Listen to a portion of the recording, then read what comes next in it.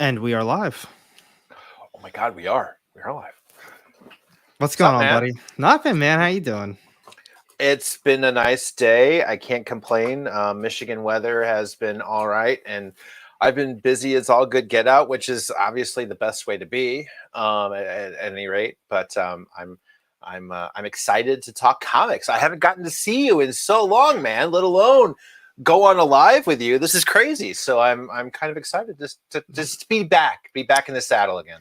Yeah, it's a lot of fun. It has definitely been a little bit. And of all people, you are the one that has been up to a lot of stuff, doing things now with Cover Price, Elite.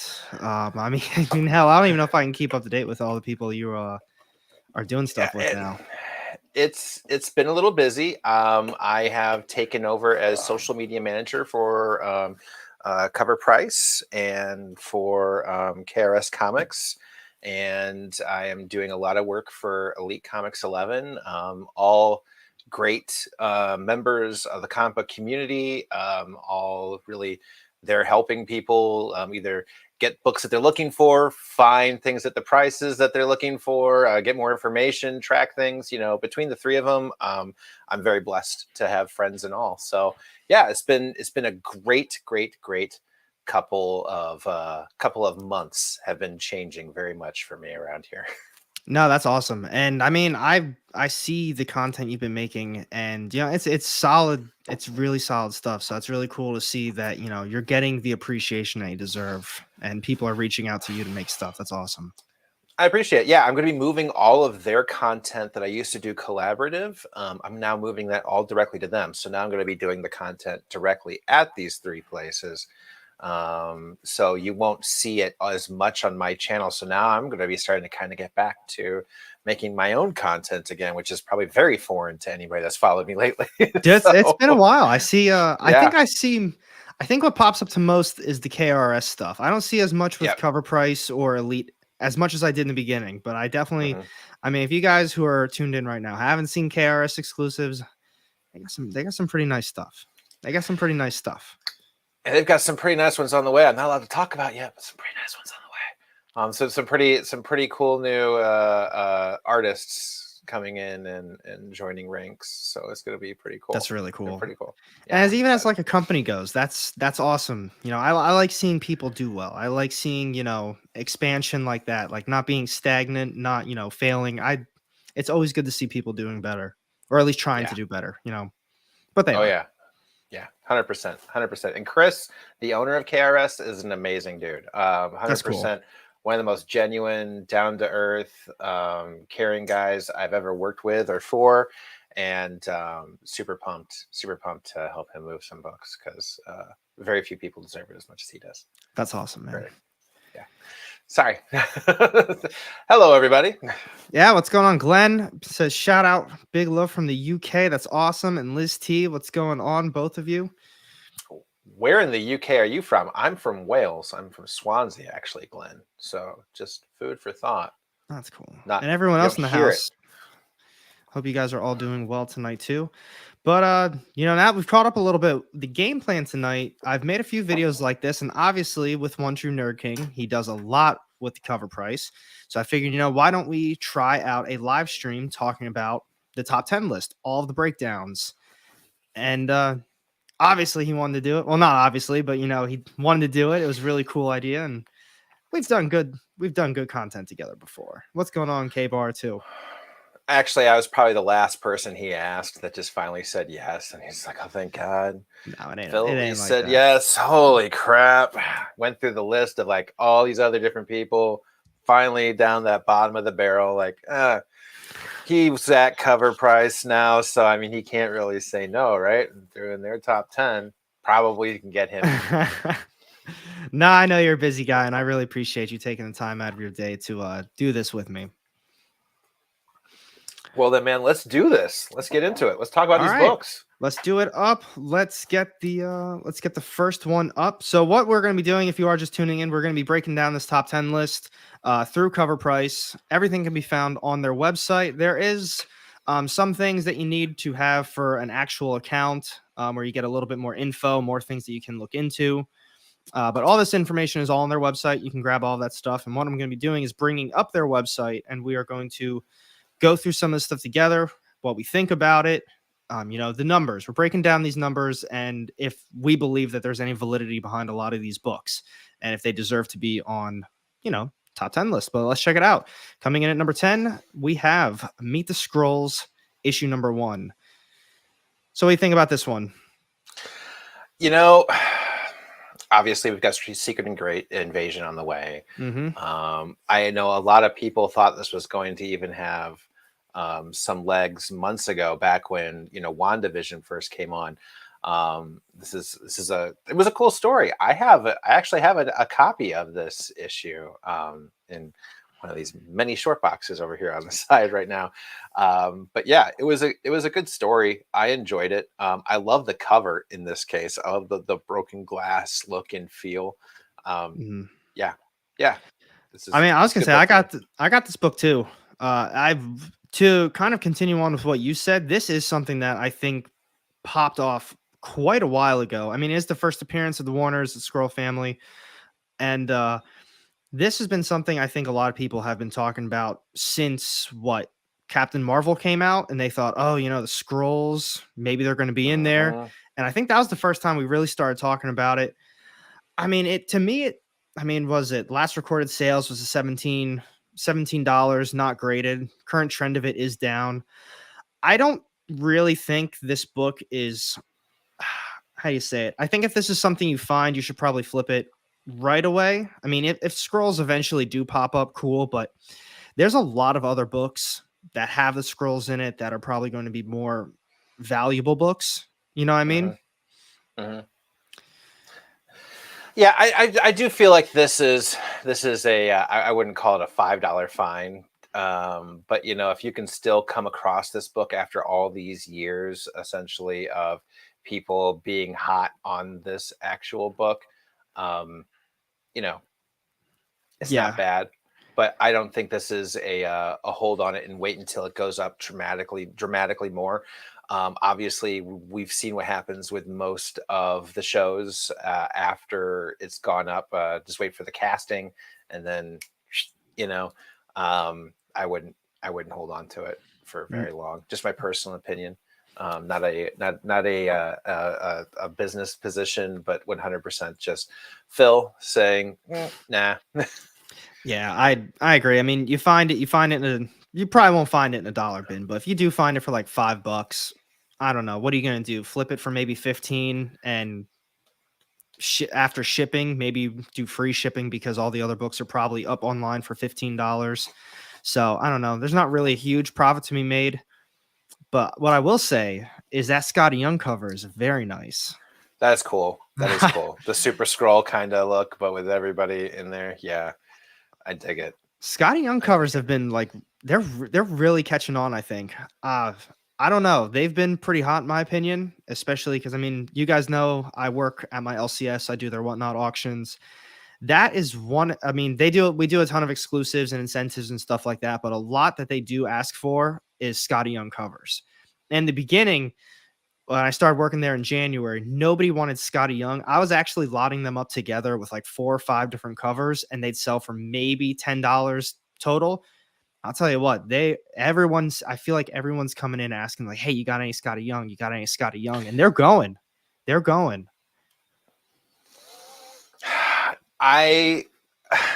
talking to a Scotty guy. I've got wall art. I've got obviously tons of books. Spent most of my time at C2E2 in line getting autographs for him, for myself, awesome. For my daughter, so yeah, I am all there for Scotty Young. And honestly, that would be the version of this comic that I would get and I would keep. While this Meet the Skrulls cover is certainly beautiful, it is cool. That Scotty Young cover I would get and I would just hold on to 100%. I agree with that. It probably is the nicest cover. What's going on? Greetings from Peru. We got love from Peru and the UK tonight. What's going on? It's a busy international evening. What's up, K-Bar? How's it going? Thank you for joining, guys. But other than that, I mean, I don't think there's too much. Highest known sale. Wow, CGC 9.8 sold for $170. Somebody paid $170 for that book. That's Gosh, a on lot. 8. That's a lot. On what date was the most recent one? Most recent August 16th. So what was that? That's actually about a That's week not ago. long ago. My goodness. No, highest known sale. Somebody.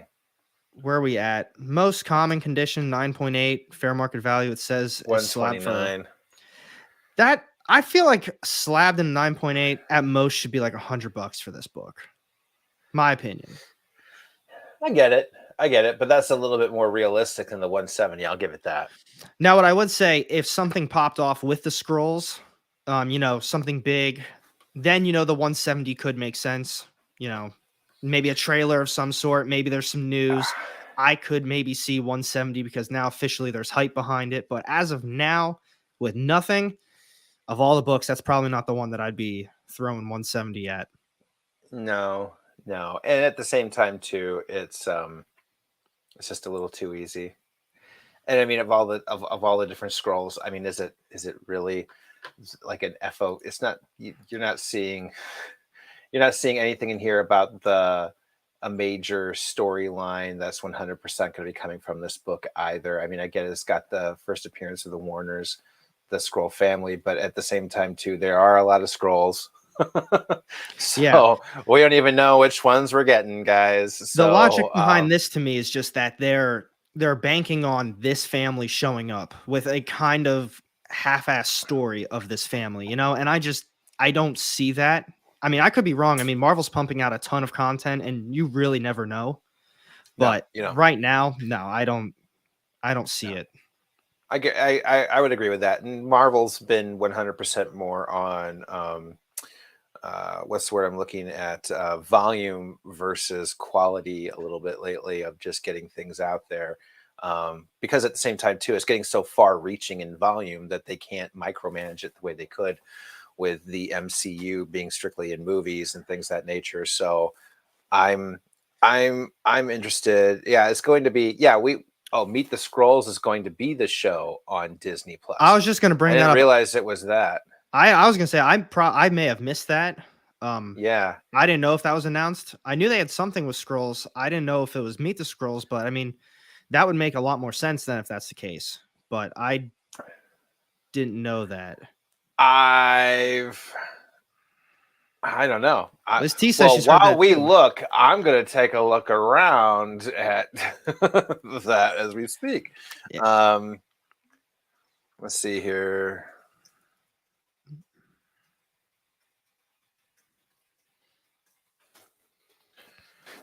And here's the other ones. And in case if anyone did care, it is a 5-issue miniseries. It was a pretty solid read. I'm not gonna say I remember it completely. I read it quite a little whiles ago, but I think I actually read it when it came out. On the Disney website right now, the only thing that they have, there's nothing on Meet the Skrulls. It is Secret Invasion, streaming spring 2023 on Disney Plus. Secret Invasion is a newly announced series from Disney Plus that stars Samuel L. Jackson as Nick Fury and Ben Mendelsohn as Skrull Talos, characters who first met in Captain Marvel. The crossover series event is going to showcase a fraction of shape-shifting Skrulls who have been infiltrating Earth for years. So will the Warners be part of that fraction that has been infiltrating the Earth for years? Maybe, but Meet the Skrulls isn't the title of the Skrull event, which looks to be Secret Invasion, according to the timeline right here on Disney now. So they might have changed the nomenclature of what the project was going to be, to be more along the lines of getting people hyped for Secret Invasion.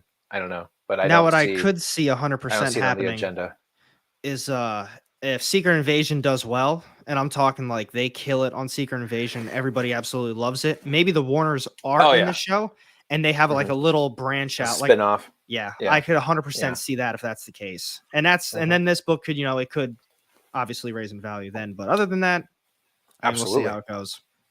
Yeah, I'm more interested to see. I'm more interested to see a Super Skrull than I am to see a Meet the Skrull. That would be it's gonna be cooler. Yeah. But let's up next. Let's move on to number 9. Let's bring that one up now. This next one, it's going to be a lot of you. I'll tell you that much. And It's gonna be a lot of what?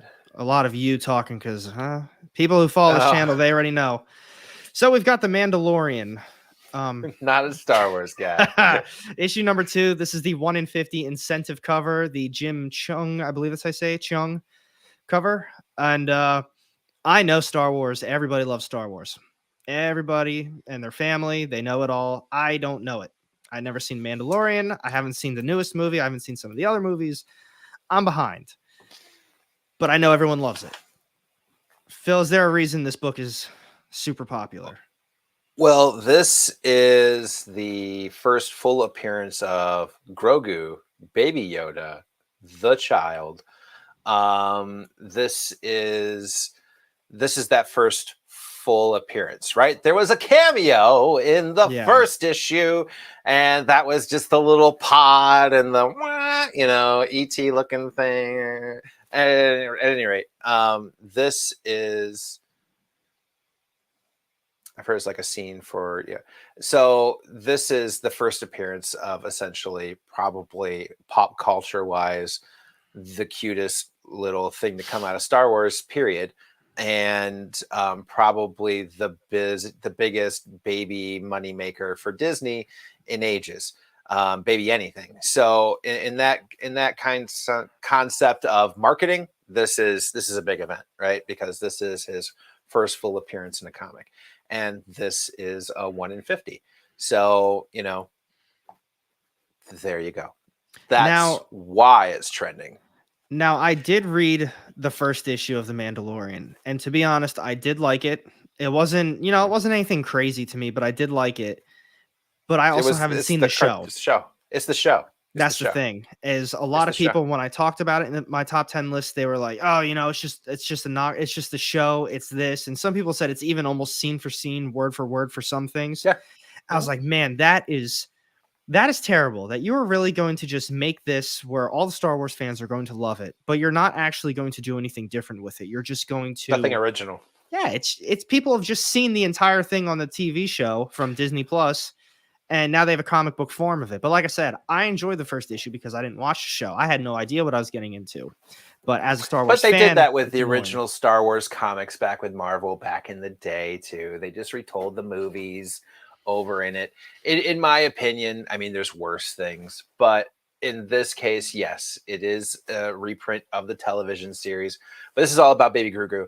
And Sixth Face, You're right. He was in the previous book, but that was what they dedicate and they define as a cameo. Which what K-Bar just brought up too. Wolverine's debut. Exactly. I'm a 100% dude. You appeared. It is technically your first time appearing, but I understand that the term cameo means something different to a lot of collectors. Whatever. I'm with you on that too. The logic is there. The character shows up.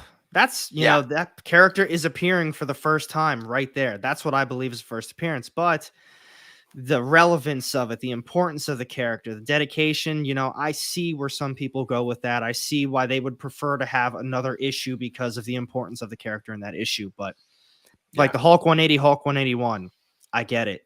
Did Wolverine show up at the end of 180? Absolutely. That's a real first appearance. But is it his first real appearance that means anything? I don't know. Obviously, everyone wants 181. Yeah. And I mean, looking at the cover too, I mean, it is a cooler cover. It is a cooler cover too. Yeah. I'm not going to lie. Do I have a 181? No. Do I wish I did? Yeah. But I mean, I'm not speaking about it like, if I had one, blah, blah, blah, it's just, I don't have one. I think it's a cooler looking book. I get why they say it, but again, I'm a collector for myself. So I mainly collect from stories I read and stories I love, not necessarily first appearances. I love Wolverine, but he's priced out of my bracket. Way too high. So as it doesn't matter how much I love him, I will read about him digitally. I have that copy. There's facsimiles out there, You really want it. Oh, yeah. But no, in this case, Grogu's first full appearance in the 1 in 50. and that's why it's going so high.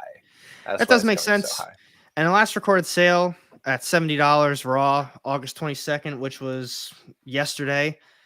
To be honest, I think that's a pretty fair price. I mean, as For much one in as 50, yeah. yeah, I think that's fair. Most likely it's going to be a graded 9.8. That's probably not, a beat up copy or, a Hmm. damaged copy. Hmm. And for a big Star Wars fan, a big first appearance, like an official first appearance, I mean, going forward, that's they're not going to be just like abandoning that character. It is way too popular, like you said. Oh yeah, 100%, 100%. No, yeah, that character's not going anywhere. The child is still printed all over baby clothes across the United States. Oh my Kids are god. still going to be getting little ears put on their head, and their dad's going to be dressed up in some kind of Mandalorian body armor, pushing Yep. kids around Halloween for the Yep. next 20 years. Next I was 20 just gonna years. say Halloween's and cons for the foreseeable future. Yep, just going to kind of make that pram look like a little bit more of a pod, and you got dads out all over the world just having an excuse. So Yep. Grogu's not going anywhere. This to me is going to go up. To me, bold prediction. We got another season of The Mandalorian on the way. We've got more expansion into the universe. I see this going up. I I see do this going too. up. And KRS did a really great exclusive by Emma Lupacchino. I don't know if it's on there, but it's Was a it one pretty of hot these? looking book too. No, it's still coming in. I've But got you. yeah, Gotcha. I'm gonna. Yeah, it's a pretty tight looking cover. But yeah, that's sold out in like geez, seconds. I believe it. Seconds. And I mean, like you said, you think it's going to go up. Current trend of it still is up a bit, Mhm. 3.29%. There's not a ton of recorded sales in this, but the highest known raw, which that was yesterday too, or 2 days ago. 2 days ago at 125. So I mean, a $55 drop That's in just 2 days, but still, that's a bit too high. I think somebody just overpaid on that one. I think so too. I think this is a $75 to $80 book all day, and I think that it has potential to hit over 100, especially as time goes on with Star Wars. You know, Din Djarin isn't going anywhere as far as a character goes. He's only potentially looking to be the ruler of fucking Mandalore. So we've got we got a lot of space to cover with the Mandalorian and his little force endowed sidekick of adorableness. I feel like this book is still only got legs to climb higher, in my opinion. Is it going to break any banks? Is it going to be another Tozin? Is it going to be another, Miles Morales? No and no. But is it going to continue to be solid? I think that this has pop culture legs to continue to be solid. I don't think I that agree with this is that. usually running on 100% what's it going to be interacting in the comics. This is a pop culture character. It's going to last. I agree with that. I mean, people exploded for, like you said, Tozin, and I wasn't really high on that character. I see the potential, I truly do, but at the time, absolutely not that much money. Like, absolutely not. Now, if this one Still not popped for that that much much money to money, me. no. I did see a comment though about six face. How many store variants were there for Mandalorian 2? I'm looking it up right now. It looks to be a roughly, was it 3, 6, 12? Looks about 16 or 17 total covers for this book.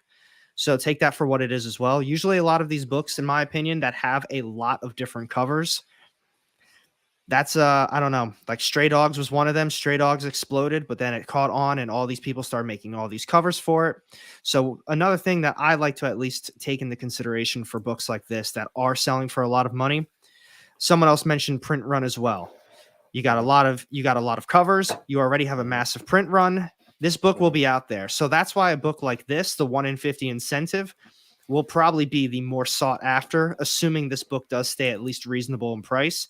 This is probably going to be one of the harder ones, if not the hardest one out of this series to get, because, issue 2 already might not be ordered as much because a lot of people probably expected Mandalorian 1 to maybe have a little baby in it, but we'll see. This is a fun book, I think. This is a good one. And that might be why some of the store exclusives are doing better too, because a lot of people in the FOCs didn't order issue 2 thinking that was going to be the actual appearance of, the child. They would have thought, cameo, it would have probably made it into that first issue. It didn't. So since it didn't, more than likely, but we also, I don't know, working with KRS, I've had the ability to see a lot of books that are selling out and a lot of books that aren't.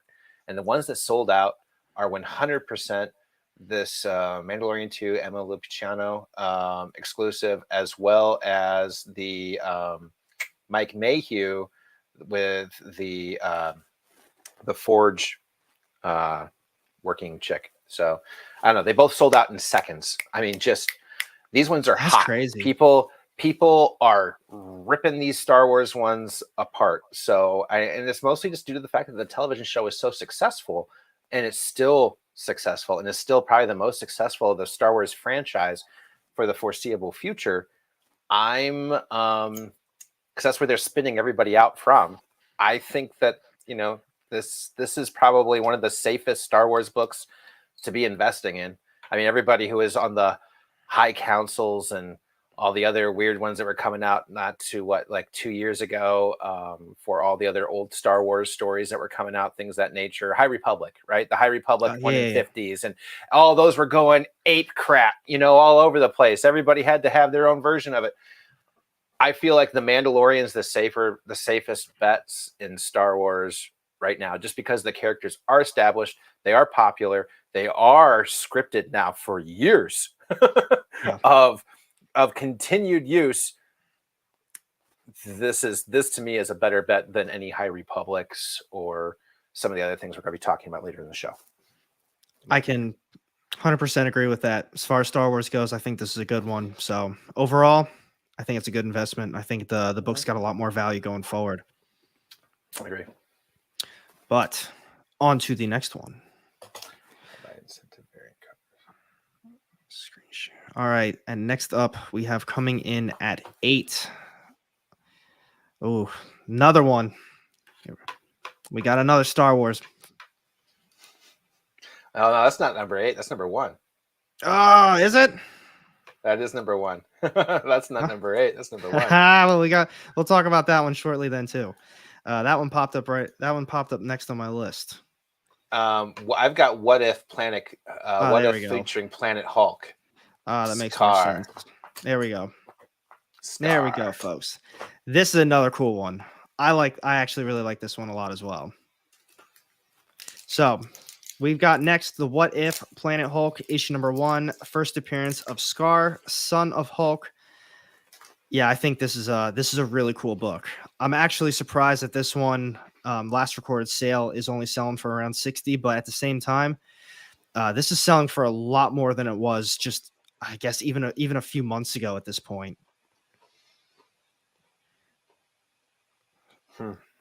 So, oh my goodness, highest known value, June 20th of 2021, CGC 9.8 at $800. That's a bit much. That is wild to me. I would not pay $800 for this book. No, I mean, it's cool. It is cool. It's modern AF. I can find some more stable things to put that in, but oh my god, $800. Imagine just even the Silver Age books that are even a reasonable grade that you can get for $800. I sold well, not technically me, the shop sold. It was roughly a 6.5 ASM 300, which I mean that's not silver, but still, first appearance of Venom, it's a big book. They sold roughly a 6.5. It wasn't graded, but it was like $500 or $600 that they got for it. So the fact that this one is going to sell for that much money, I don't know about that one. Yeah. But no other variant cover, so I mean, this is going to be it. It's a What If, which is also crazy to me because yes, it is the first appearance of Son of Hulk, but there are some random first appearances in other What Ifs that nobody really cares about. But yeah, I mean, isn't that the first time Jane Foster became Thor? Was that is that technically What If 10? Was it, or what is it? Because she was the mighty Thor, it just gets all freaking weird. And I mean, that goes with what we were just saying with cameo first appearance. I mean, it's what does the community deem as, what's the book? What do they want to like and what do they not want to like? Sometimes the community shouldn't be allowed to decide, people. It's called a calendar. And it's just what was first. But that's me. In this case, but didn't this just come up though in the first episode of She-Hulk? Wasn't the ship that veered them off the road, wasn't that a messenger ship from Sakaar? I I don't thought know. he said. And that's when she's like, from where? And he's just like, yeah, it's one of, he's like, yeah, long story or something like that. I could have sworn when she's like, oh my God, was that a spaceship? And she's just like, yeah, it was a messenger ship for me from Sakaar. I'm wondering if that's why. I don't know. Or Thordis, maybe they said. Oh yeah, Thordis. That's right, Caleb. It was Thordis, and she was titled as Thordis in that What If. 100%. You're right, and she was the mighty Thor in the movie. So yeah, I guess I can see that. But still, I mean, it was Jane Foster as Thor. So whatever. Sorry. This is when we're talking like, but was it really Domino's first appearance or was it somebody else? Never mind. Anyways, in this case, it was a ship. I believe they said from Sakaar, and I think that's the reason why this book is popping off, because otherwise there'd be no other reason for it to be hot right now, in my opinion. But this could be telling, especially considering that Universal would not give up the rights to Hulk for Marvel to do a Planet Hulk movie, and they threatened them with taking She-Hulk out and using She-Hulk for a conceptual conceptual gender bender version of Planet Hulk, that kind of situation. Maybe that ship showing up, maybe her not being there during certain times in the MCU right now is for a reason. But and by the way, F you and Universal, F you. We deserve that movie with the real Hulk. F you. But otherwise, let's see if She-Hulk does it, because I've been enjoying this television series so far. I guess I'm in the minority on this one. I didn't like the first episode. I really didn't. Oh, jeez Louise. There's always one. I'm out. I'm leaving. Bye to everybody. Bye. Deuces. I think what it is for me is I know that show was deemed a comedy. I get it. It was going to be a little bit cheesier. I know they already said that there was going to be CGI issues, but I'm like, going into it, I'm over it. I'm over just the nonstop one-liners that they keep trying to throw at us. Like, it almost feels like all the conversations are completely set up for like a punchline. And it's like, all right, what's going to be the joke? And there's almost always a joke, or every moment has some sort of laugh at it. And I get that this was supposed to be a comedy, but when you have the same thing, I didn't see Thor Love and Thunder yet, but when everyone tells me that that's exactly how that movie was. Doctor Strange Multiverse of Madness still had those like side eye, like kind of laugh moments. Spider-Man has it. The other TV shows all have it. So what deems this one as like, oh, well, this was a comedy, so it's okay. No, you're calling it a comedy because now people are getting fed up with like all of this and you're throwing it in there anyway. That's my take on it. That's why I'm getting a little tired of it.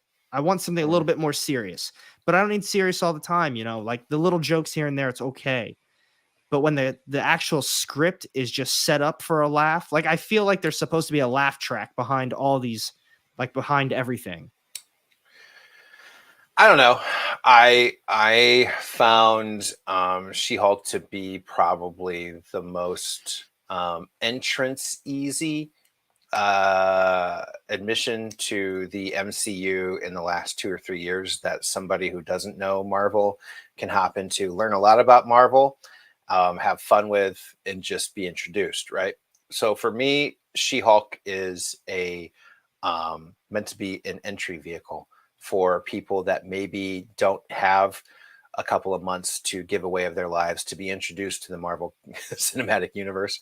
But at the same time too, it is definitely It is a little definitely on that side of the spectrum of being a little campy at times, but so was She-Hulk in the comics. She-Hulk was that fourth wall breaking campy character. So I do see where they're keeping genuineness to that because she was supposed to be.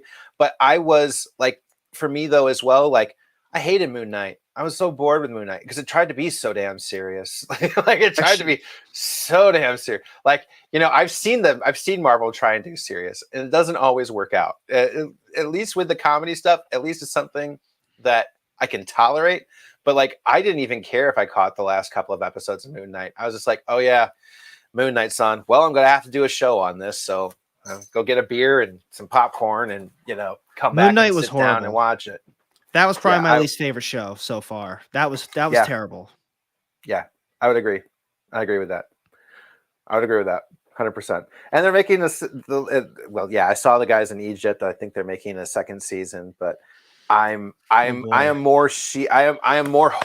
But I have hope though still from the way that the first episode went about She-Hulk more than a lot of the other series, because very often a lot of them start off, yeah.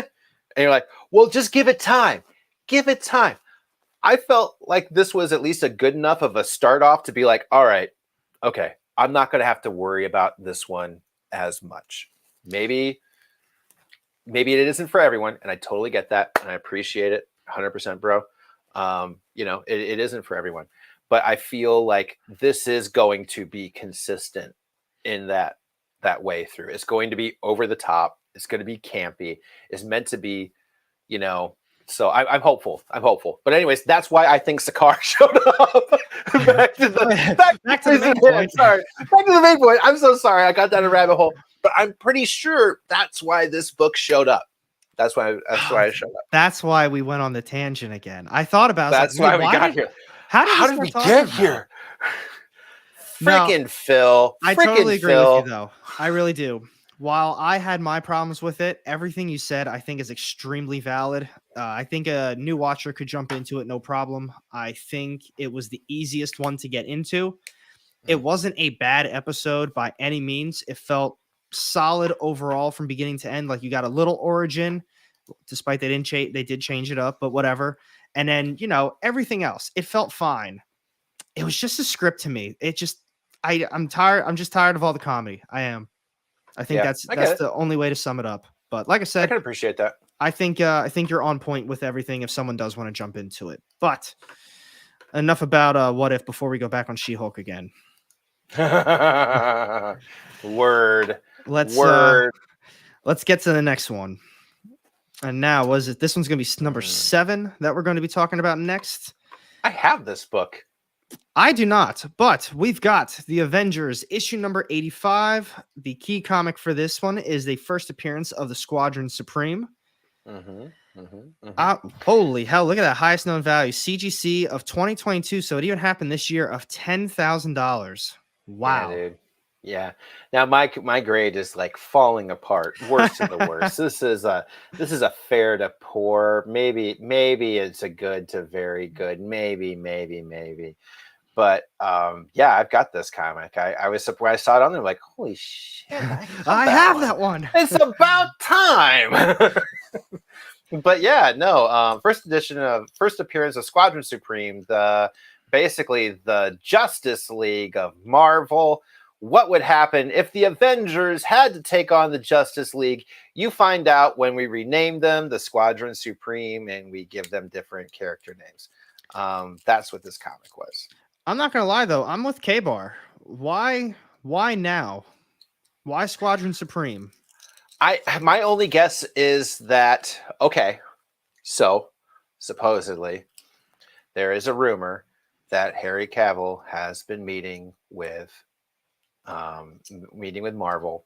I did see something about that. And that he may be a Hyperion who is a member of the Squadron Supreme, if I remember correctly. So that could be a reason for it, or B, the fact that the Thunderbolts are coming, and this may have some tie-in. I don't know. I don't know in that regard, but I do know that I had been seeing rumors of Harry Cavill coming, and Marvel's biggest and Henry's biggest FU to DC Warner Brothers would be to cast him as the evil Superman for Marvel. And yeah, so at any rate, that would be a Squadron Supreme concept. That makes the most sense. So I just I casually looked that up because I remember hearing something about Henry Cavill, however you say it. If you literally look that up, everyone is suggesting that it's going to be him playing Hyperion in the MCU. It's all saying that he is potentially going to be playing Hyperion in Loki season 2, which of all things, I guess Loki season 2 would probably make the most sense, right? It would. That would make a lot of sense. It would. Yeah, there's a total different universe now. Everything's cracking. He can go into any different one he wants to. That would be kind of tight. I'm not going to lie. That would be kind of tight. And of all the shows, that was probably one of the better, if not best ones. That was one of my favorite. Just kind of MCU meaning behind it. Like, it really affected the MCU. It led us into even some movies with the multiverse stuff. Kang, obviously. I mean, if they're going to throw Squadron Supreme, Henry Cavill into something important, if it's a TV show, I mean, I think Loki's going to be the one. So I think those rumors are pretty solid. Yeah, it's all 4 days ago, Henry Cavill to join Tom Hiddleston in Loki season 2 as a Hyperion. So tight. That makes a lot of sense. I would be so all about this, but and at the same time too, I feel like at the same time, yes, this is though an older book. This is not a brand new. This to me has more longevity than some other new character. This to me is more of a why the hell are we paying $1,000 for a Tozan, but not at the same time. To me, in my mind, this is a good buy. I know it's still 4.5 down. If you can get a good low grade of it or something like that, and this does prove to be true, that red is going to green pretty fast. Henry Cavill, the Superman for pretty much everybody of the modern age, which Warner Brothers just hasn't been able to get the head out of their butt to figure out what to do with him next. And all of a sudden, he gets pilfered by Marvel to be the same man but evil. Bro, that would be this cool. This has just got enough shade on pop culture between studios to make this book worth more than that, in my opinion. Just to be able to say, like, yeah, see, this is that guy that left to be that. This is the book. This is the one that he was in. Like, oh yeah. And I mean, even looking at it, most common is obviously going to be a raw fine, a 5 to a 6.5, selling for about $103. I mean, that's a fair price. This is an OG Silver Age book. So, yeah, this isn't something that just came out 2 years ago, guys. This is that people are just casually specking on, that are trying to hype it up and pump and dump it super quick. No, this book has been long, like you said. First appearance, of Squadron Supreme, and sale prices aren't that high, in my opinion, for a book like this. But I've had this book for a while, and they've never really been super high either, right? So this is still almost consistent with that book. This is doing a little bit more volume now. It's been going up a little bit since these Cavill conversations have been going on. This has been a consistent. This didn't just go out of being a $2 bin book. It was already a first appearance of what has been consistently a thorn to the Avengers, the Squadron Supreme. They've been there a few times. Like, we turned them into the Squadron Supreme not too long ago in modern Marvel, in that whole Blade thing. You would know more about that than me. But at any rate, whatever that trash was, sorry. But in this case, though, first appearance, Squadron Supreme, I consider this to be a good bet. Is solid. I would do it. I've done it. It's in my collection. I've done it. This one I don't. I know my dad has it though, so I know my dad has it. I know you do, and my opinion, it's in the family. This is a good one, I think. It's in the family. May not be mine, but I know people who have it. So now, what I will tell you is this next one. This is the one. I love it. I love it. Here we go. 8 Billion Genies, issue number 1, cover A. Oh my god, do I love this series. This series is fire. This series is absolute fire. This series, this cover, this issue number 1 has been on this Cover Price top 10 list, I think, since it's come out. I don't think it's ever come off the list. It's been top 5 since it's come out, so it's obviously dropped to what are we on now? 2, 4, was it? We're on 6 or 7. We're on 7. 6 or 7. So it's obviously dropped just a little bit, but it's like I said, it's on the current downtrend. Raw grade is still selling for around $40. 9.8, most common, slabbed, $161. Insane. Is it really on the downtrend though? I mean, we know it's been picked up by Prime. We know this is going to happen. As soon as it gets cast, it's going to be worth 3 times this. You know, this is just kind of the way it goes. Like everybody instantly is just like, whoa, whoa, whoa, this is really cool. Oh my God, it's been rights have been purchased. Now we just gotta wait. Yep. You know, it's got a director. Now he's gotta wait for a casting, and it's up again. That's when you go. But yeah, I think it's definitely a cool story. The story is incredible. This is definitely one of my favorite current series that I've been picking up. I mean, I know it's what, 8 issues. I think it's going to be. I hope so. I hope they keep it. I hope they keep it to that. And I only say that because I love limited. I because that's when the beauty just kind of, they just let it kind of, maybe it'll end and it just kind of sputters away. Yeah, I don't want that to this. This has been good. I agree. I think the problems arise is when they have it planned to be a limited series, and then towards the end, because of popularity, they expand it into an ongoing, and then all of a sudden it's like, all right, well, we need to figure something out. We need to do this. That's when the quality tends to drop, I think.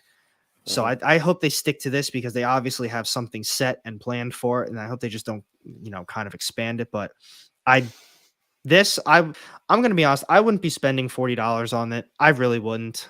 I'm sure you can find it cheaper. I'm sure in time it will drop a tad bit, but I think it's going to be cheaper. I think it's going to be, if I could get anything right now, it would be that Mario 3 version. Yes. That one was selling for quite a bit. This was Bird City Super Mario 3 homage, limited to 500. Apparently limited to 500 after Black Flag's whole ordeal. I don't know if I really trust those numbers all the time. But I think that's just one bad apple on a tree. I like Bird City. I like Bird City. I do too. Like Bird City. I believe. I do too. I believe. But in this case, though, if I had to bet on any cover having stable, consistent value, is this. And that's just because video games and comics are hitting so much nostalgia right now in a crossover that makes this a whole other book. That is a whole other book to just 8 Billion Genies, because that appeals to a very, very, very, very hungry appetite of people in the comic book community that also cross over with video games. That is a super popular game.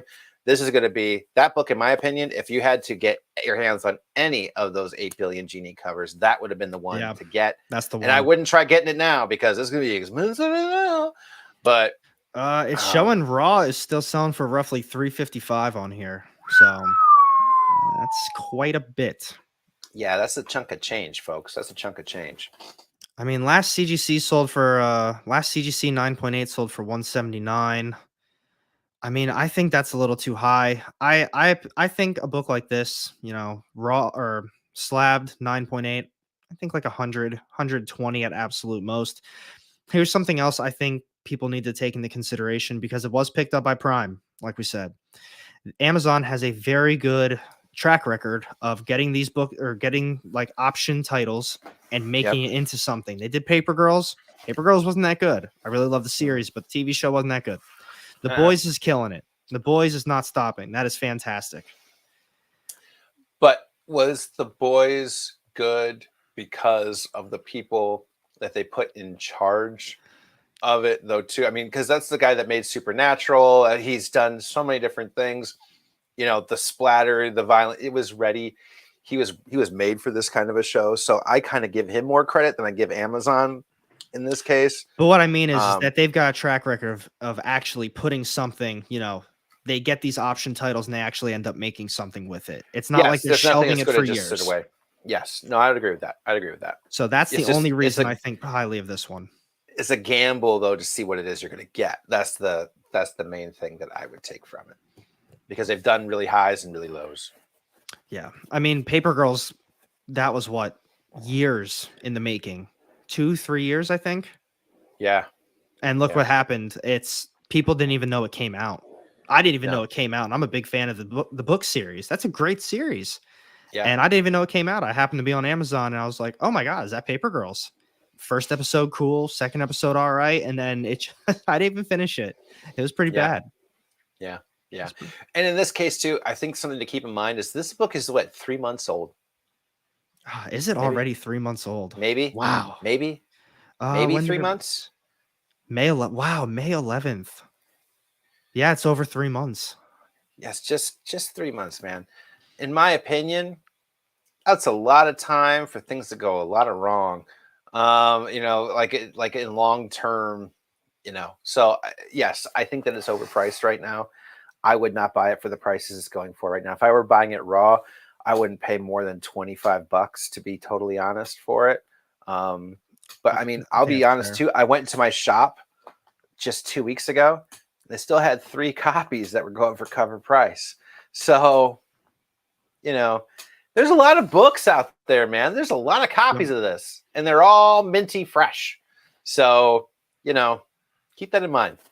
I got a cover A off my shop's rack a month ago, and I was like, yo, this book is selling for like $20-$25 right now. And the shop was like, oh, cool. And I was like, oh, okay, I'm gonna buy it then. Yeah. Now I got it. This is mine. This is mine. Yeah. And I mean, if you can grab it. It's still a good bet in the long run. But I think right now for the price that's coming down, it's coming down on FOMO pricing. Of everybody just getting way too much FOMO and paying any price that they got to get because they're afraid they're not going to have it in their collection. And it's coming down from the FOMO high, and it's going to rebound a little bit, but I wouldn't go crazy on it. Yeah, I agree. Consensual sense. I think if you give it 2-3 months, it'll probably be sitting around $15-$20. Unless if the rest of the series continues to be incredible and people are still really buying it up. But I think people have caught on. They're added to the pull list. Everyone can now finally get copies of it. People are going to be able to get their hands on it, in my opinion. Do you know what it reminds me of? Which one? Nice House on a Lake a year ago. Oh, that one fell. Yeah, but it does. It reminds me of that, just because like every single issue was like, oh, my milk, like we're talking about it. Everybody's talking about it. And it's high. 1 year later, I know we'll be doing a revisit on it on Cover Price, just a year look back, and it's like over 50%, just from those first weeks. So, I mean, it's let alone months, excuse me. And it was on there for a while. So yeah, it's, I do think that this is a great story. I think there's lots of great writers in comics. I think that this is another great story that's out in indies right now being published. I think it's got great legs to be developed. It's going to be crazy to be developed, but it's going, good luck to the cinematography team to come up with the best way to shoot this shit. This one's going to be tough. This is going to be tough, folks. This is going to be tough. There's going to be a lot of storyboarding going on. The comic's not going to do justice. It's going to be crazy. But I do feel like in the long run, it's still good, but it's just too high at what I would get for it right now to feel like it would be a good bet in the future. Agree. So for this one, I probably wouldn't invest in it right now, but it is a great series that you should give an opportunity to at least read eventually, 100%. All right. We are done with 8 Billion Genies. Man, I'll tell you what, I remember even just a couple weeks ago, there was like, I don't know, they had like 4 covers out of the 10 books on there. And I was like, wow, this is nuts. Oh, we got a good one now, though. It's like looking at Star Wars right now in the top 10. Oh, I know. Yeah, you guys, you thought this was fun. Just wait till we hit these next few. You thought Alec didn't want to talk about the Mandalorian. Holy shit. Yeah, just wait. All right. So this next one, we got a good one coming in at 6. 6 now, 5. somewhere around there. Hey. Web of Spider-Man issue number 118. We've got the first appearance of Scarlet Spider. Scarlet Spider. Ben Riley. Selling. Bam, bam, bam, bam. Oh, this one's really down right now. Current trend negative 7.83 with a raw last recorded sale of $103. And you know what? Which is I don't know. I was gonna say, I think for a near mint copy of this, I think $80 to $100 is a pretty fair price. Would I pay it? No. But there's a lot of books I wouldn't pay for. Yeah, I mean, I guess it depends on why we're talking about him again right now. And I get that he's got another Spider-Man series now where he's back to being the Spider-Man or something, or right? But I leave that more to you. You know, kind of more about modern Marvel than I do. I'm more indies, but in this case, unless he's showing up in Into the Spider-Verse, I don't know why it's here. The thing with the Scarlet Spider,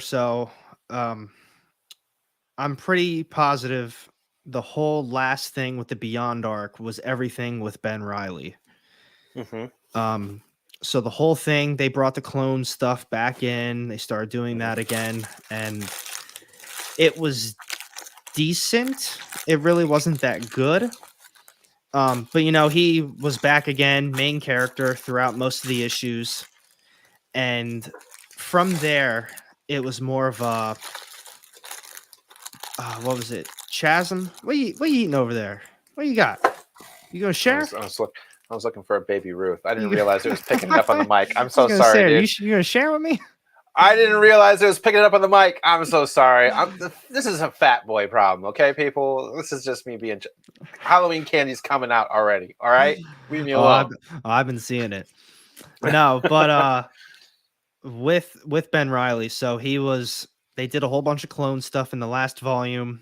I don't think he's in the newest one. I kind of gave up because Spider-Man is just, it pains me to say, but Amazing Spider-Man just really isn't that good right now. But I think this is going to have a little spoiler in it, but he like fell into some toxic waste or something, and I think he became like Chasm is like his new evil side, and I think they're going to be doing something with that character.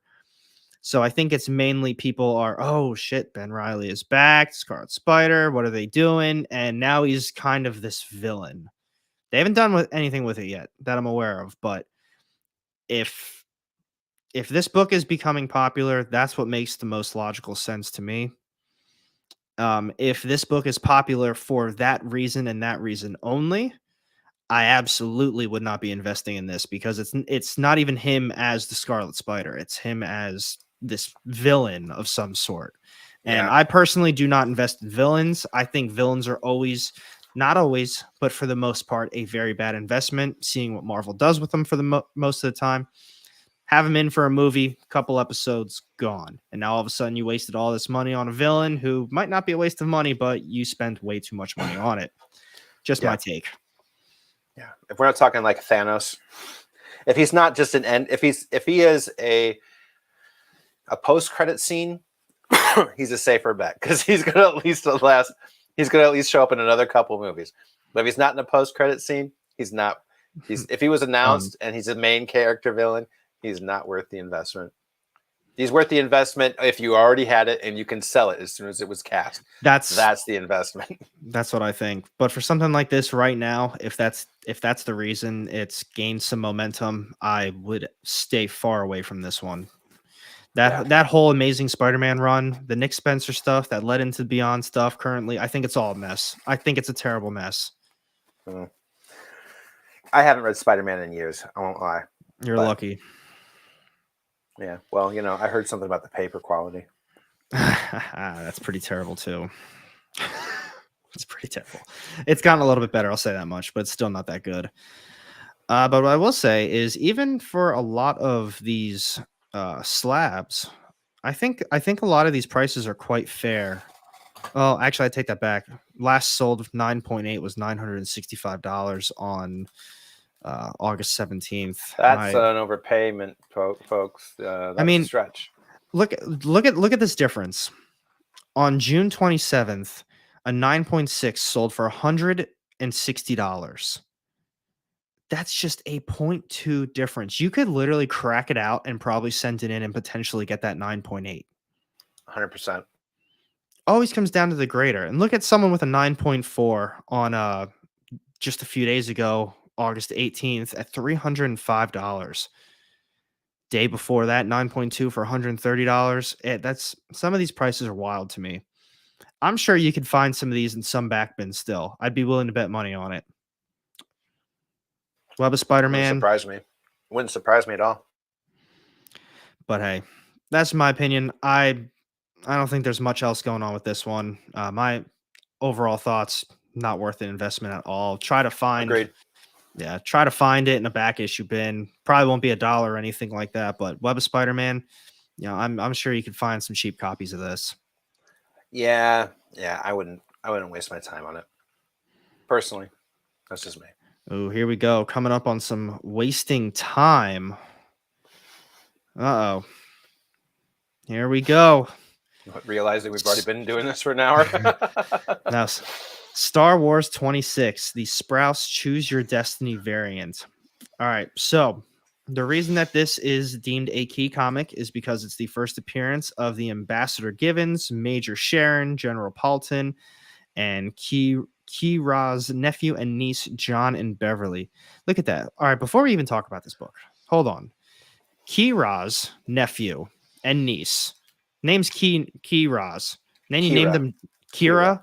Oh, like then you named Kira. them. It's supposed to be like Kira. John and Beverly. Yeah, John and Beverly.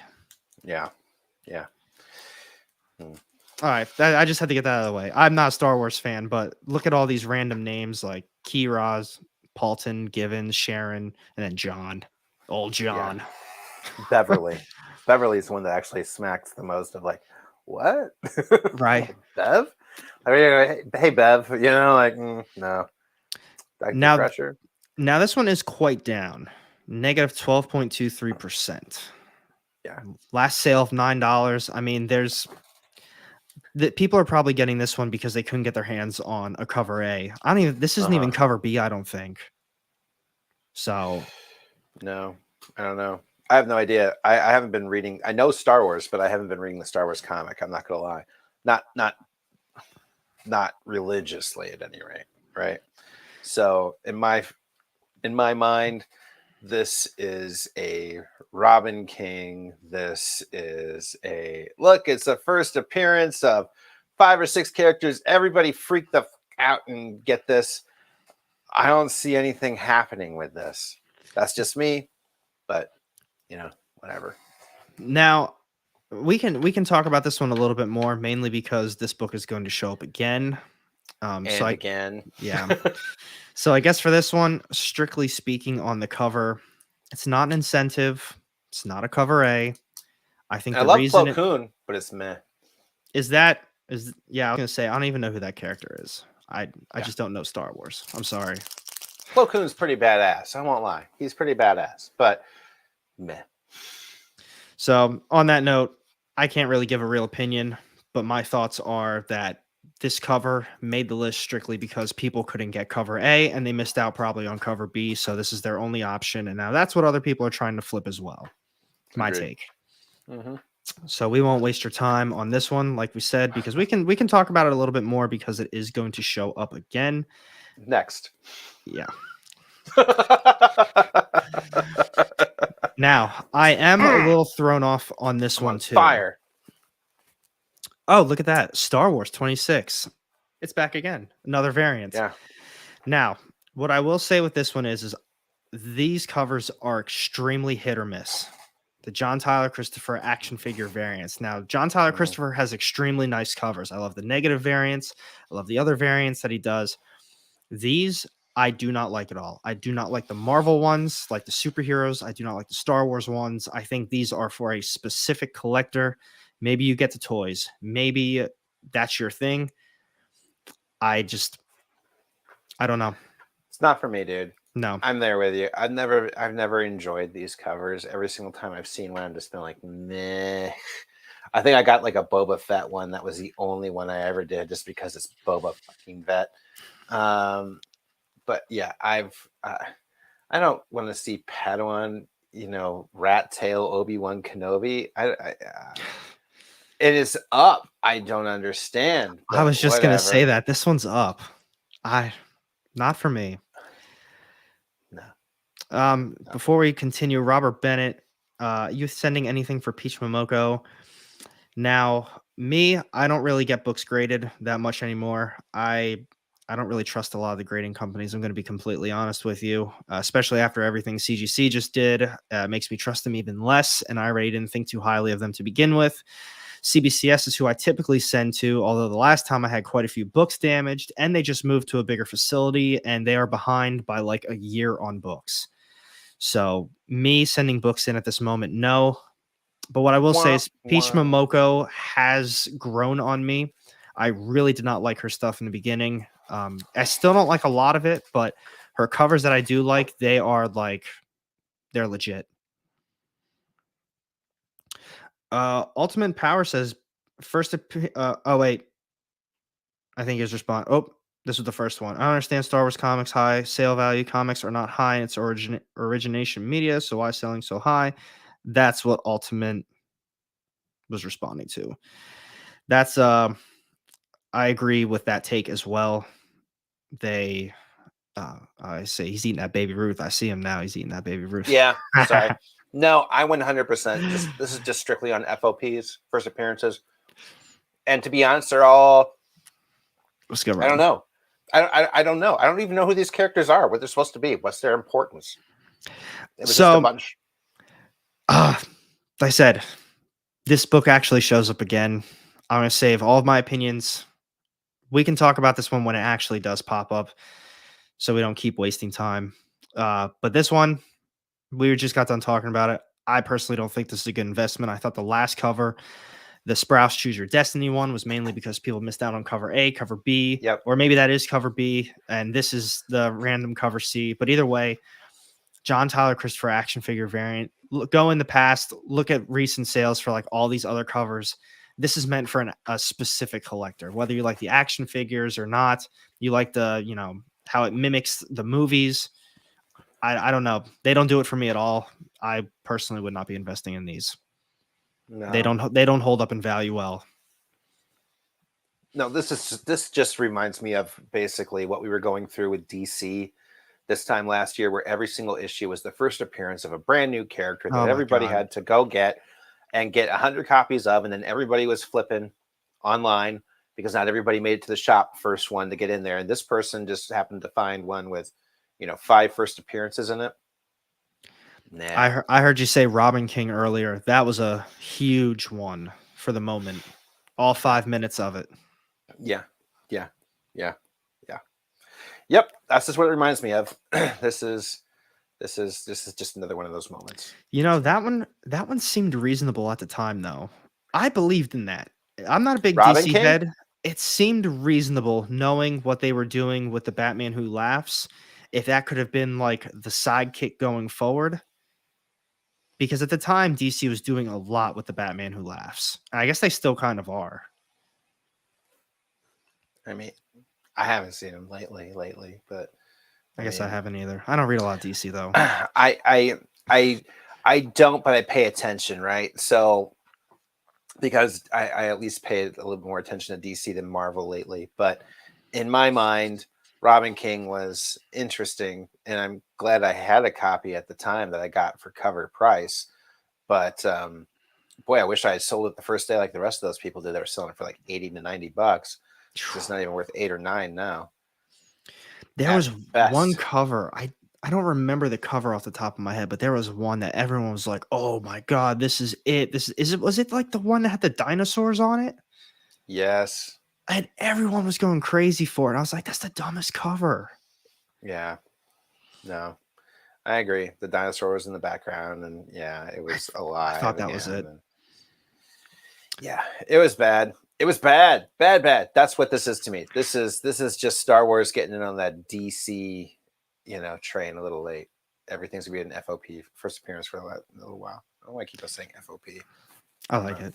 It's nice. We're gonna make it up. It's now a term. It's like cameo. FOP doesn't even mean it's his first appearance. Maybe I don't know. Sounds First better OP. than calling it. Sounds better than calling it an FAP, I guess. But A FAP.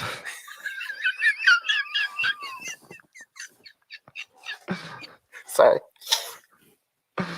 That's going. Okay. Anyways, You said it. PG.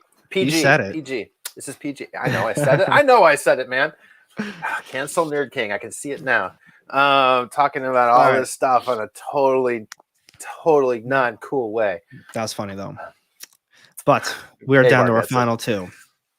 Yeah, K-Bar laughed too. Hopefully someone else laughed. I hope somebody else laughed. Don't just flag me. Laugh at me, okay? All right, this next one we got coming in at number 2. I like this one. I like this one too. We've got Frank Miller presents the Ash Can of Ronin Book 2. So, all right, we'll talk about a little bit of info first. Obviously, it's an Ash Can. People have, opinions on buying Ash Cans like this. Raw, $18. Current trend down. It did just recently come out, I think, last week for New Comic Book Day. Highest known sale was $50 though on the 15th. I'm sorry for whoever that was. While I think this is cool, I don't like the idea of buying Ash Cans like this. Personally. So I don't think that this is worth that to me, especially if you can see it a little bit easier. I don't know if you can. No, you can't really see it easier. It's $1 on it. It's a $1 Ash Can. Yeah. So this is people who were able to get it when other people weren't, and now they're saying, I have something that you can't have, and if you want it, this is the price. But keep in mind, $18 to me. No, it's not. It's just an Ash Can. That's all it is. And I know this is going off topic because this isn't, it's not on the list, and we're talking about Frank Miller's. The Whatnot Ash Cans that are selling for hundreds upon hundreds upon hundreds of dollars.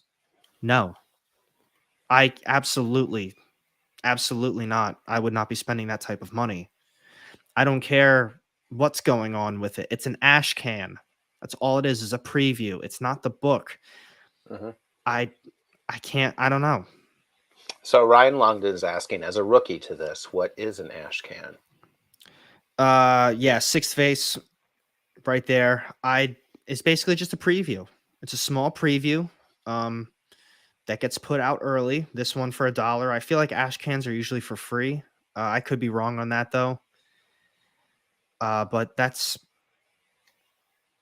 yeah, and maybe Frank feels bad and wanted to leave the world with a final memento. I don't know. I just know that this is not something I would be spending a lot of money on. Realistically, especially since it says $1 on it, I'd spend maybe $5. I'd spend $5 tops. $5 maybe. Tops. Because I realize that this is a preview for a book, but imagine like an Image First or a True Believers or like the DC $1 comics, and they put it out because it's like a reprint of an old issue, and they're like, yo, this is like, the old one sells for hundreds of thousands. Now you should be spending at least $80 on this, $50 on this. No, it says $1 on it, and it's a reprint. Yeah. But this is a preview, so take that for what it is. I don't buy into the Ash Can preview hype because it's not the real thing. It is limited to 12,000 though, so that's cool. But at the same time, 12,000 is still quite a bit. Still quite a bit, and still not $1. Yeah, still not $1. It is slightly down. Not really though. Wow. Look at some of these. No grades, 20. Last sale, $18. A low grade, fair to poor, $25. Overpaid. Clap, Yes. clap, clap, clap, clap. Overpaid. Yes. Somebody didn't do their due diligence on that one. No, that's just people dealing with, 100%. Just somebody saw that they could get it for $1, bought a whole bunch of them, realized that they sold out of it then, and because it was sold out, it was just, it's just no. And there we go. The entire top 5 to me is mid at best. This is probably the top comment of the night. FOMO and greed makes you crazy. There's a lot of bad in this community, but there's also a lot of good. You have to do your own research before you start making your investments with your own money. Never take somebody else's word for this stuff. I mean, we're talking about it, we're shooting opinions out. You guys can put your opinions in there as we talk about it too, but that's all it is an opinion. I mean, technically there's facts on this too with actual numbers, but if We're giving our opinions on it. Yes. If someone comes up to you, like right now, like if I'm telling you, like this Frank Miller Presents, like for all you know, I've got 10 copies of this sitting next to me. And I'm like, this is so hard to get. This is going to be one of the best books that you can possibly own. 12,000 copies. You cannot get this anywhere else. Reach out to me. I've got 10 copies. I'll sell them to you for $15 each because it's under the $18. So you're getting a great deal. That's what people do in this community. And it's sick. It's sick what people do because they have the opportunity to rip people off. I think right now, books like this are, the community is in a lot of different positions right now, but I would say books like this top 10, this is strictly on our opinions, obviously on what we think it's going to do. What I like about COVRPRICE is the fact it is just strictly numbers driven. So yes, like when a lot of people were upset last week when the acetate showed up, right? It was like, oh, why are you putting it on there? Because it's selling and we report numbers. You don't have to like them, but we report numbers. We're not like other sites that tell you what to do with and how you should interpret those numbers. We're showing you the data. What you decide to do with that data is up to you. Right now, we're just talking heads, deciphering it for ourselves. At the end of the day, we encourage you to go to COVRPRICE, look at these numbers yourself, see what you think of them and other sales data that's coming in on a regular basis. Look at the daily shakers, look at things that are happening throughout the day, maybe figure out where your best investments are. But COVRPRICE is just giving you data. And that's what's special about them versus a lot of others who are always telling you what to go do, where to go put it. And right now in the community, I think we could use a little bit more of making our own decisions and going and looking at the data as opposed to just trusting somebody every single time they tell you what it is, as opposed to showing you what it is. Yeah, it's gotten pretty bad in my opinion. It really has. And like they said, FOMO and greed makes you crazy. FOMO, I feel bad for people because, you can say all you want. It's your money. You spend people spent that money. They spent it, but they were deceived. I think a lot of people have been deceived for a lot of different things. And it's not that they spent that money. They thought something else, or they were led to believe something else. And that's why they spent that money. And that's my take on it. That's my take. If I keep yapping, this is going to be another 2 hours. Consensual Sense Slot says, being from both toy and comic community, I noticed that Comic Fam doesn't mention the word scalper as we do toy scalper term. That's what we call a flipper in comics here, more so than scalper. We call them flippers. Am I wrong? No, you're right, but I think the word scalper makes it sounds worse than, oh, he's a flipper. I don't think a flipper is really that bad. You got a book, you flip it for a couple extra bucks. Yeah, it is what it is. But if people start calling them a scalper, ooh, that stings a little bit more. Well, that's what I remember like dealing with my dad. Like we go to a Tigers game or something like that, and we don't have a ticket. We got to go find a scalper somewhere that's going to be like, yeah, it's going to be $55 for each of you now. That kind of thing. That's what I always equated to. I mean, that's really what it is, though. It's like, imagine, it. I hate to use it, but it really is that way. Like with Whatnot now, they go to a con or whatever it is, and there's all these books that are available to you because they're right there, but they have a ton of copies of them. And it's like, well, it's a scalper. That was honestly the first thing that came to my mind. Yeah, I've got 35 copies preloaded and buy it nows. 20, 30, 40, 50 extra dollars than what it was when they bought it originally. I mean, that's exactly what a scalper is. So, I mean, I would like if the comic community started using those words a little bit more. Maybe it'll get them to lay off a bit. Yeah, I think as long as there is, the White Devil, dirty flippers. That's the way that they're really described here in the community is dirty flippers. Yeah. Yeah, it's there's levels of severity 100%, but at the same time too, where the education needs to be though is with the people that are willing to pay the prices. Because at the end of the day, as long as there are people willing to pay the price, somebody's going to sell it to them. Yep. That's kind of what our entire society is built on over on this side of the world. And if you want to create a place where obviously there should be 100%, there should be some candor, some respect when it comes to things. But I do believe that's where I was kind of getting to the points of like looking at the numbers yourself. Look up the data yourself. Don't take somebody else's word for it all the time. Just look at the data. If the data says this is going up, you've seen some long terms on it, and this is a price you can afford, and you feel like it's still going to keep on going, that was your decision. Kudos. Yep. Good job. You made your own decision. But if you're letting other people just kind of talk you into it, or you're not even really paying attention, you're just kind of getting in on the gambling side of it, of you just want to win. That's what's kind of causing a lot of the chasm that I feel right now in the distance between creating this big gap that's turning into the comic book community right now.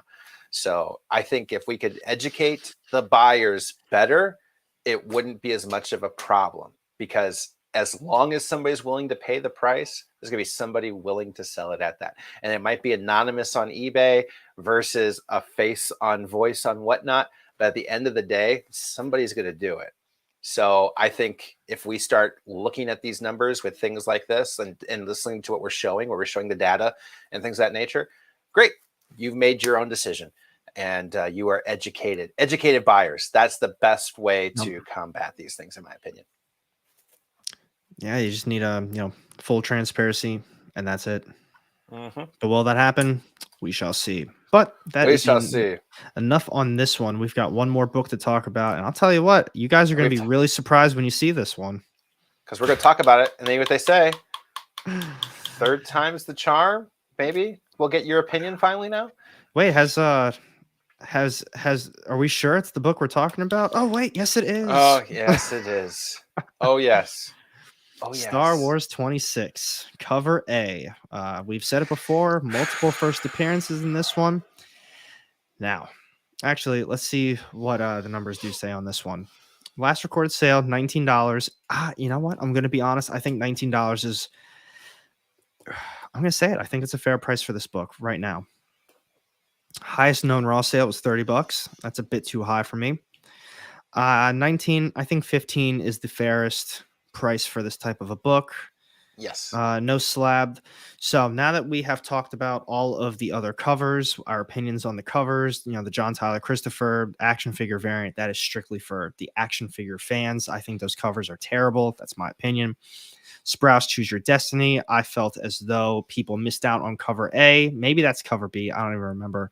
But that's because they missed out on cover A. Now, here's my take on actual Star Wars 26. While there are a bunch of first appearances, my thinking on this one is that people are investing in it, not because there's a bunch of first appearances, but because of the potential of one of those first appearances to eventually take off.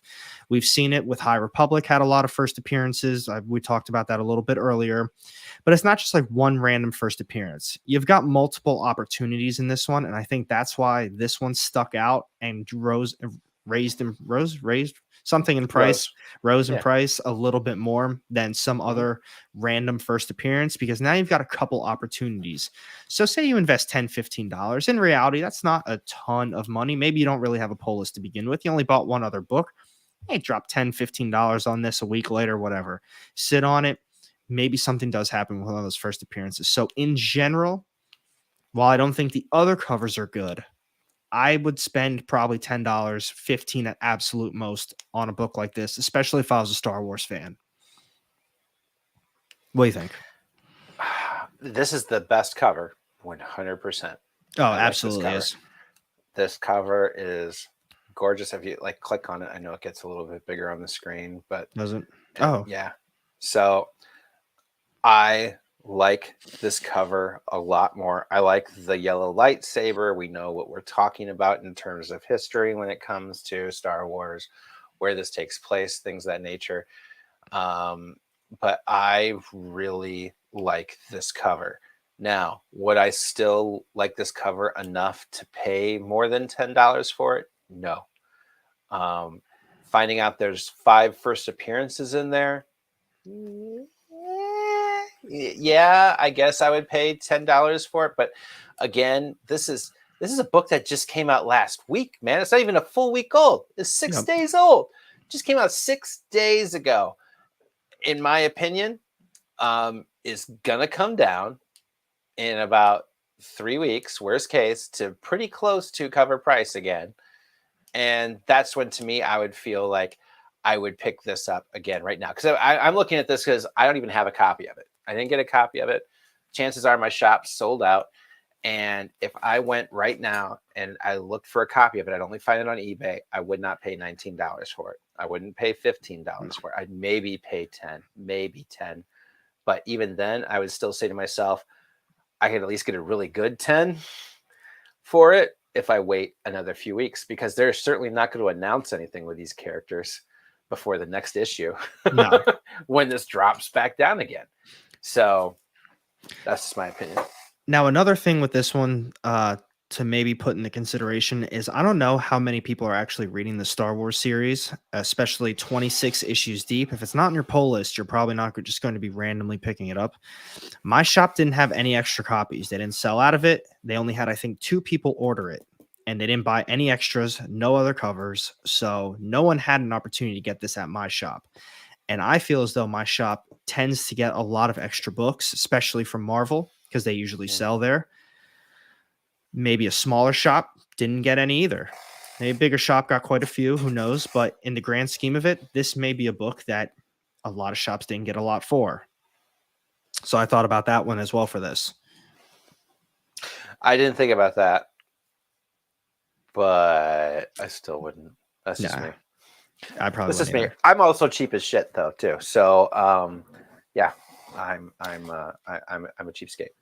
See, that's the thing. I am too, but I tend to, like, when I give my opinions on stuff like that, I tend to look at books like this as if you are an actual, comic book investor. You are looking to, that's how you buy into this hobby. You buy books strictly, like, literally a stock investment. You buy it for X reason to sit on for a little bit, or maybe flip it quick.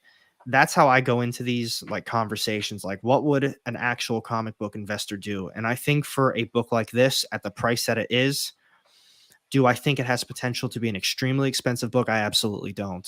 But if you can get it for $10 to $15, if something does say pop off with one of these characters, or one of them does play a bigger role in a future Star Wars series, or this series too, it could maybe be a $25, $30 book. So I think around $10 to $15 is very fair for a book like this with that many first appearances. I have to agree with White Devil. Consensual, you got a crappy LCS, I think. I think Consensual, you do. The Consensual says the LCS will price a book for 10 above cover price if it's trending hot. F that noise, dude. I know a lot of shops that do that. I'm gonna be honest. I know quite a few shops in the area, my area, that do that as well. Yeah. My opinion on that though is,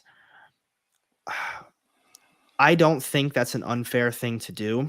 Maybe not that expensive. But say if this book was selling for $20 on eBay that day, say they ordered 20 copies and you pull 10 of them. Mm-hmm. Sell them on eBay. That's your shop. That is your business. You ordered the books. Is it really your job to make sure that everyone is a happy customer when it's not on their pull list just because they can't get it to flip them themselves? So from that perspective, I think it's fair. Make sure everyone who orders it gets it. Maybe leave a couple extra out. Just being a good shop. But if you ordered a lot of copies, do you really think you're going to randomly sell Star Wars 26, all of those extra ones, if it didn't have a first appearance? Absolutely not. I think it's okay to sell them on the secondary market. I do not think it's okay to sell them in your shop. You do that, in your shop to your patrons, that's when I think it's shitty.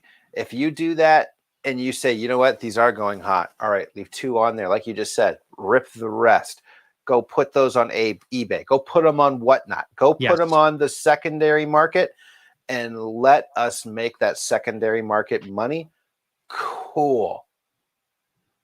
No, Because that's now the answer you've right got there. a worldwide audience that all of a sudden the people with the additional cash flow that don't care, that are just after it for FOMO reasons and just want to throw it at something to throw it at something, cool. Let it be you. Make it rain, mofos. Make it rain. But when it comes to your shop, the people that come and spend their gas money to drive and come see you didn't even know if that book was going to be there. But those people, to raise it for $10 on them, that's shitty to me. No, you are absolutely right. I didn't even mention that. What I meant was if they pull it and sell it on a secondary market, absolutely. That's what I thought you meant. That's what I thought you meant. So that's why I was taking it that way. Oh my God. If my shop would do that, like, I mean, I work there, but if they literally pulled the books just to reprice them for a higher price, oh my God. I don't know if I could actually work there. That would be ridiculous to me. That would be. Yeah. That's what I mean. That's why when White Devil said that's a crappy shop, that's a crappy That is a crappy shop. I would not go back there. Crappy shop. Never.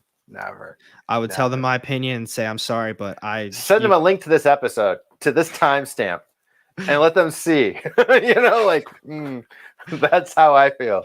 That's how Phil feels. Yeah, that's rough, dude. But secondary market all day. Yeah. They purchased those books. They got too many of them. They're super hot right now. LCSs are going out of business, because it's hard to make money all the time. You can't nobody's just printing money for these guys. It's not an easy thing having a business.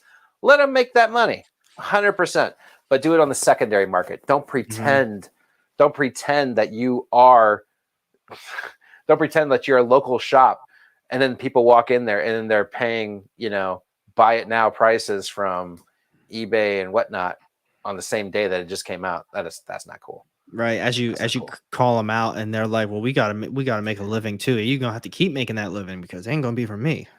Yeah. You're going to keep struggling. Yeah. Now you're not going to get any of the comics I was looking for. I'm going down to the shop where I know I can't get it anyways, but I'm going to get these ones at cover price from them now because I don't have to worry about that coming out here. Yeah. Start a fresh pull list with someone else. That's you should definitely stop going there. Move it to the secondary platform. Nobody sees it. Nobody cares. Nobody's walking into your shop saying, I wonder what they've got on eBay today. Nope. They don't. They just want to find the books that are on the wall, man. Yeah. So, yeah. But that's my opinion on that one. That was the number one. And I do, in general, I think it's a good investment if you can get it for about $10 to $15. And last raw sale, August 22nd at $19. Little out of my range, but I think in time, depending on what they do with some of those characters, it could hit 25, 30. We'll see. But it could. I mean, it could do a million things. I would still, in my opinion, I'm a guy that likes it on the 10 side than the 15. But still, looks cool. Looks cool. I actually, someone mentioned they like the negative space use in that cover, and I agree with that. That was a really nice. Yes, it stood out. Yes, I'd agree with that. But that was this week's Cover Price Top 10 list breakdown with One True Nerd King. I said it earlier. I'll say it again. Thank you so much. I know you're extremely busy now. Like we said, KRS, Elite, Cover Price. You're doing it all, man. You got a full-time job on top of that. You are absolutely killing it on everything you're doing. And I appreciate you taking the time out of your extremely busy day to do this with me. It was a lot of fun. You're the killer here on YouTube, homie. I've got I don't even know if I've still broken 100 followers on YouTube, but nobody knows who I am. I'm just happy to be behind the scenes for everybody else. So that's what makes my life a little bit easier. It's face for radio. Nobody wants us on their channel all day. They want it behind the scenes. Well, you are going to be doing more YouTube, so. Well, yeah, I'm gonna have to. I have friends that actually, invite me to things, so I'll hang with them. Well, you've always got a spot here. Well, you've always got a spot here, so. Hell yeah, bro! I appreciate it, and I appreciate everybody who came out and said hello, and If you wonder where I'm at, I am One True Nerd King with the underscores in between, here on YouTube, and I'm also on TikTok and Instagram, mostly Instagram. But yeah, I'm everywhere as that, and I'd love to see you if you're meeting me for the first time. Well, thank you again, everybody. Thank you, One True Nerd King. Super quick. So tune in same time next week. I'm going to be doing this, and well, the invite's open to you to come back and do it as well. So hopefully, if you're free, you're going to do it with me because this was a lot of fun. And tune in tomorrow. So Wednesday, every night, 6 o'clock EST. I'm going to be on the Experience. It's the underscore EXP. We start at 6 o'clock. We go to 8. And it's like a lot of claim sales, but we talk about a lot of other comic book, TV show related stuff. It's what's a Dynamite Dynamic Forces, guys. It's a ton of fun. Sketch covers, incentives, variants. They do a shitload of giveaways too. They give away a lot of stuff. So tune in, have a good time with us. It's a lot of fun. And until next time, guys, like I said, next week I'm going to be doing this again. So stay safe. Thank you all for tuning in and have a great night. And thank you again, Phil.